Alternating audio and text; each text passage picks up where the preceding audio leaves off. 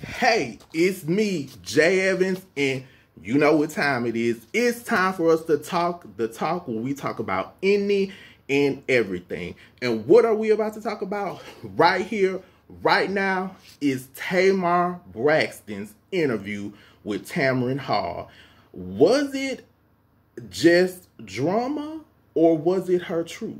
That's what a lot of people want to know. Now, before we roll into that, let me give this disclaimer to you and yours. You ready for it? All topics are alleged and allegedly. They are strictly for gossip and entertainment purposes only. So don't come for me saying, oh, J.Evans, I'm going to sue you. It's alleged and allegedly. I don't know what's true or not. That's why I'm saying allegedly. Because the only thing I own outright, hold up, is this deep fryer basket. You see this basket? It's not even the whole set. It's not even with the little handle where you drop it. This deep fryer basket is the only thing I own that you can have. So if you want this and you got something you want to deep fry, this is it, baby. This is all you can get. That's it. Okay, now, before we roll into this, if you are not one of my apple pies, that's my subscribers, go ahead and subscribe, set your notifications so that you'll see when I upload videos. There's a whole playlist of me running my mouth about any and everything, because this is America where you can run your mouth. So go ahead and look at that playlist. Click this description. You'll see other videos that I've done related to this topic as well. You can get all caught up, and you can also see my social media information. You can follow me on there as well, because Apple Pies, we are on the come up. I started posting videos in July, and now we're at like 700 subscribers. So let me give all of my apple pies a slice of apple pie a la mode with the ice cream. Now let's roll into this interview with Tamron and Tamar. What did y'all think about the interview? Let me ask y'all that. Did y'all see the interview? Comment and tell me your thoughts. But for those that have not saw it yet, for those that want my opinion, because my apple pie scooter sent me this information, and I was like, you know what? Yeah, I'm gonna do it. So let's get into this pie. Now, this was Tamron's first in-studio guest. Tamar was, since everything's been going on with the COVID. Now, she asked Tamar, how was she? Tamar was like, I'm good. Now, Tamar's wig did look nice, because some of those wigs, since she shaved her head, they either look a hot garbage can mess or they look, you know, like a mangy dog. But this one looked decent, Tamar. Now, at that point, she asked her like, oh, you're really good? And she was like, yeah. Now, she then told Tamar, I interviewed you a little while ago and you said that everything was okay. You know, things were great. She was like, I absolutely did. She wanted to seem like she was in a good place, but she was lying about how she was doing. She then said the makeup, the hair, it covered everything up that she was feeling. Now, I know when we have stuff going on with us, we don't have to tell all our business, but I saw the clip of Tamar on there, and she was acting like everything was rainbows and butterflies and, you know, like when the kids playing Candy Lane and peppermints and Chico sticks and all that stuff. Now, Tamar then rolled into the good stuff. She said, her household became hard. Now, y'all know at that point she was with David Adefisico. I think that's how you say his name, okay? She said she was not happy at her job, and she hadn't been happy for years. Now, Tamara at that point was like, your job. And then she was like, oh, the network doing the show. It was like, she said it like, girl, you had a job. Okay, I can't make this up, apple pies. Go check out the interview. But I guess she also wanted to clarify for Tamar and help her break down what she meant about at her job. Tamar replied, yes, about the network WeTV. She said it turned into a spin-off show because she wanted to do other things. She wanted it to show women in her in a positive light. Now, y'all remember Tamar also had the show on VH1, the hair show. What did y'all think about that show? I personally got bored with the show and I couldn't tune in. I don't think that show showed her in a bad light. I don't think the Tamar show, Get Your Life, showed her in a bad light, but I'm going to roll on and get into it.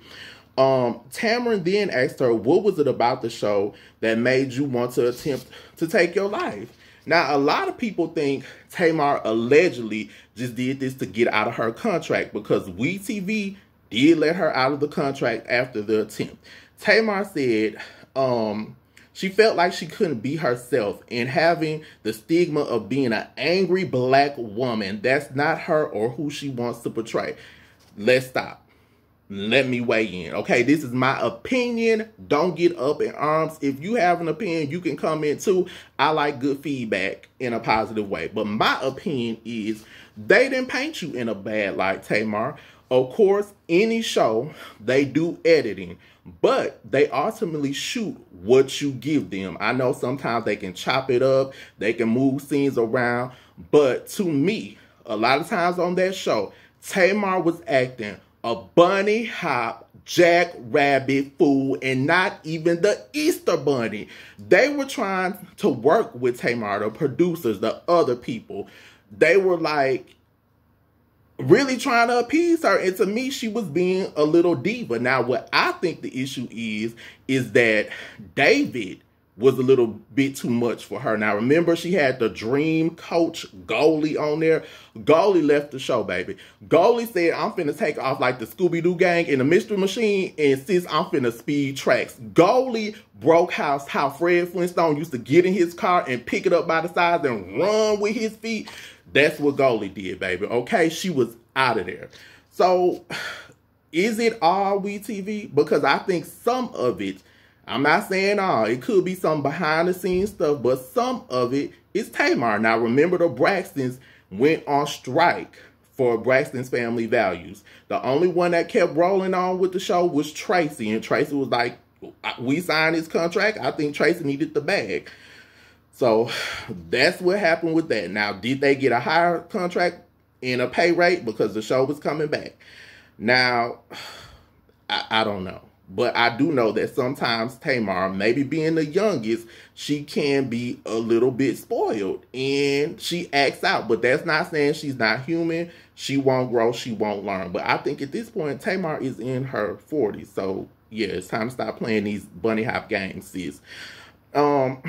Then she went on to talk about the episode that the Braxtons did with Iyanla, you know, Iyanla's strict about how you say her name, Vanzant. She said she was excited about doing it, but that excitement came to an end when they brought up her domestically sexual abuse. She experienced this, she said, from age 6 to 16 and never told anyone. At this point, Tamron said, I want to stop you there. It's a big allegation. Tamar stopped her and said, it's not an allegation, it's a fact. Now, for me, that's personal. And that's something that is touchy. So I get that. Now, it's one thing to go on Iyanla, Fix My Life, but I do think things should be handled respectfully. Certain things you might not want to touch on, Iyanla needs to stop. Now, I'm going to talk about Iyanla because I like to tie my stories in together, apple pies. I got something for y'all. So just pay attention to that, Iyanla.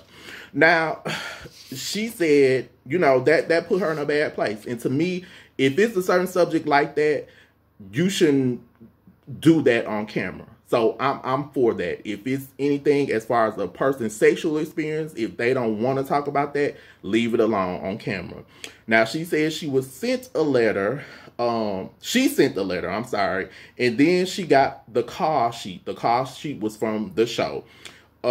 Then she got a breach letter. And the letter said, now you're in breach. Breach is like in breach of a contract that you signed to probably fulfill so many shows. She said, with the breach of contract letter, they said, we are stopping your money and we're stopping you from working with any other place.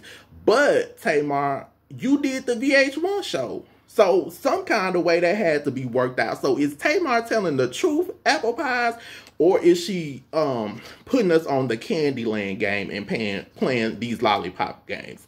Now, she says she loves television, but she wanted to do television in a positive way. She got to a point where she didn't have any self-esteem. Maybe that's why Tamar acts out a lot. Maybe that's why she likes attention. That could be it. Or maybe she's just likes being the center of attention. Some people think she's kind of narcissistic. What do y'all think? Now, she says she loves her family and she does not want to fight them. That's not what they were there for, but things got devilish. Tamron then said to her, do you think it was pressure to perform or to create drama? Tamar replied back, we wanted to have a great show, and that sometimes is making a deal with the devil and doing things that you don't normally do. Now, let me stop right there. When Toni Braxton is on that show, y'all, have y'all ever seen Toni acting, say it with me, a bunny hop jackrabbit fool? No, you have not. Toni does not come out of character. If Toni has an issue, she discusses it. Now, with Tracy, to me, Tracy is like the Khloe Kardashian of that clique.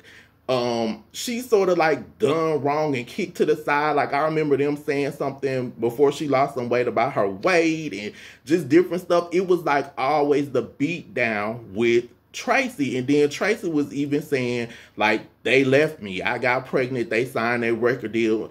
And that still bothers her. But even with that, Tamar, to me, is the one that acts out the most. So is it y'all are acting a fool, Tamar, or is it that you're acting a fool, okay? Now, y'all know this show to me made Tamar. It put her on the map. Toni was already established. Toni allegedly didn't even want to do the show, but she did it for them. Tamar had an album. It flopped. Then when she got on this show, she did her second album, Love and War, and that's what set her up. Now, Tamron said someone in her family told her deepest pain. Tamar said, we went for counseling.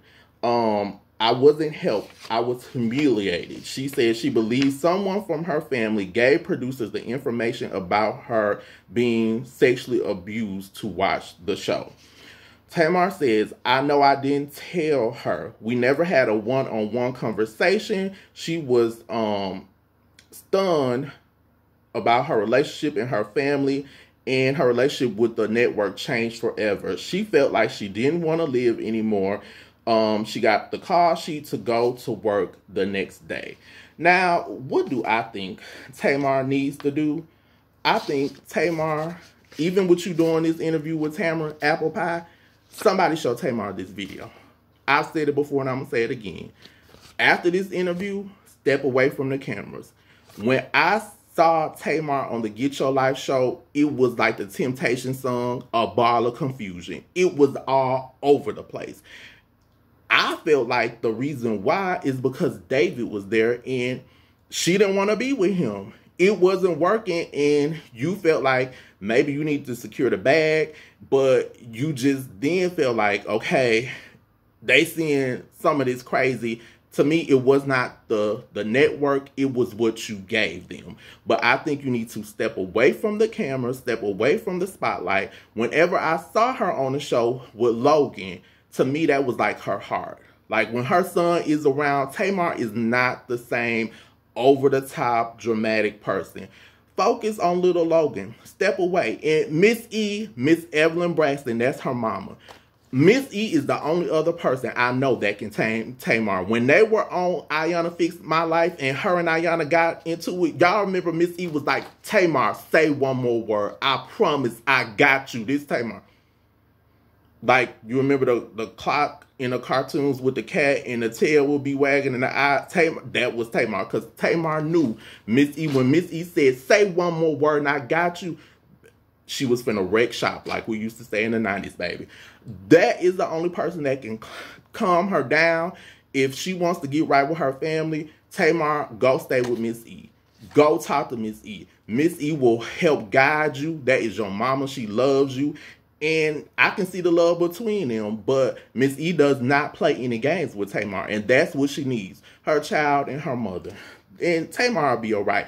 But don't do no more interviews. Don't do no more shows. And stay off social media for a while. Just focus on getting your mind right, Tamar. And it's obvious that she's still a little bit in love with David, since David sold you out. That's what he did. He's putting everything out there. Leave David alone. Step away. Don't talk about it no more. You did this interview with Tamron.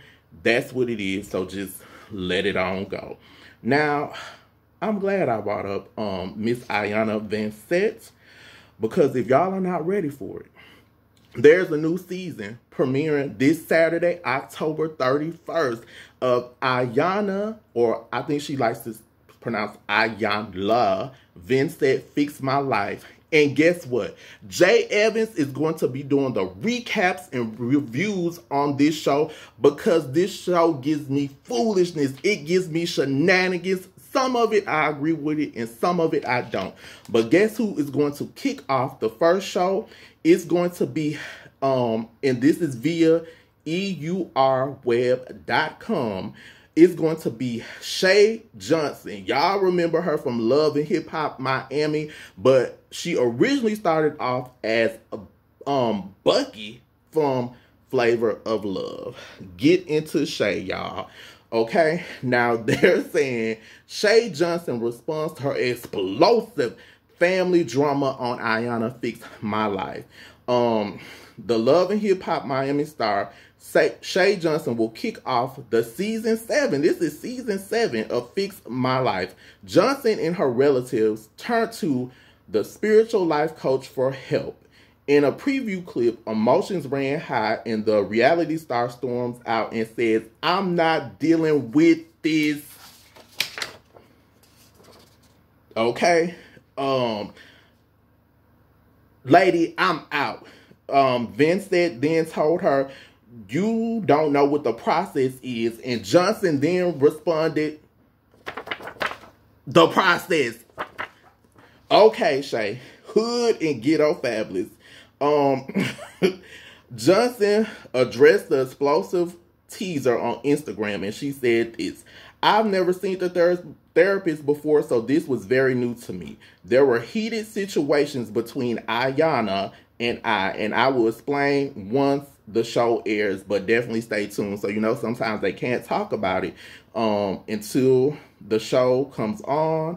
And check this out, y'all. Comedian and actress Lou Nell will also appear on this season. They're saying Iyanla will guide her in the process of healing the mother-daughter relationship and bring a broke family together. So yes, I'm going to touch on Iyanla. I have to recap and review this because not only does it give me foolishness, some of it gives me truth, but some of it is a hot garbage can mess. And we're about to go over a little bit of that. Now, do y'all remember when Terrell Owens appeared on there and Iyanla was behind his back and rubbing and throwing away fake imaginary clouds? Hot garbage can mess. Do y'all remember when Neffy, that's Keisha Cole's sister, the singer, appeared on there with her husband? I don't know if they're still together or if they're divorced, solo. The first time, it was a hot mess. Iyanla, to me, went too far when she called Neffy okay, now Iyanla, you don't like anyone calling you that. I've saw shows where people have said this word to you and you didn't like it. But then Iyanla tried to justify it and say, because Neffy's government name is Neferteria, Iyanla tried to say, I didn't call Neferteria, I called Neffy a gutter snipe straight up out the hood. No, Iyanla, black people and any people sometimes go by a nickname, so don't try to justify it by saying, I didn't call you your real name and I didn't call you, I used your nick. It's still the same person, sis. Don't do it. Now, something else I don't agree with Iyanla on, when Neffy's husband or ex-husband, I don't know if they're still together or divorced or not, Solo was on there. He talked about some things he had been through. Iyanla put this grown man in the grass, apple pies.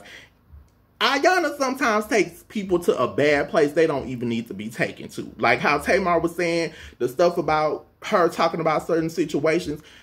If I'm in an okay headspace and I'm here for you to fix one thing, I understand we might have to talk about certain stuff, but don't have me in the grass as a grown man and crying and carrying on. No. Now, I know you got to get your ratings and some of it is good TV, but some of it you have to be sensible with. Now, another episode I didn't like is when she had Monifa on there. Y'all remember singer Monifa that sings, "Do you really want to touch it? Do you really want to with me tonight?" Y'all remember that? Okay, for those that didn't, look up Monifa Touch It. She's one of my favorite singers. I like Monifa.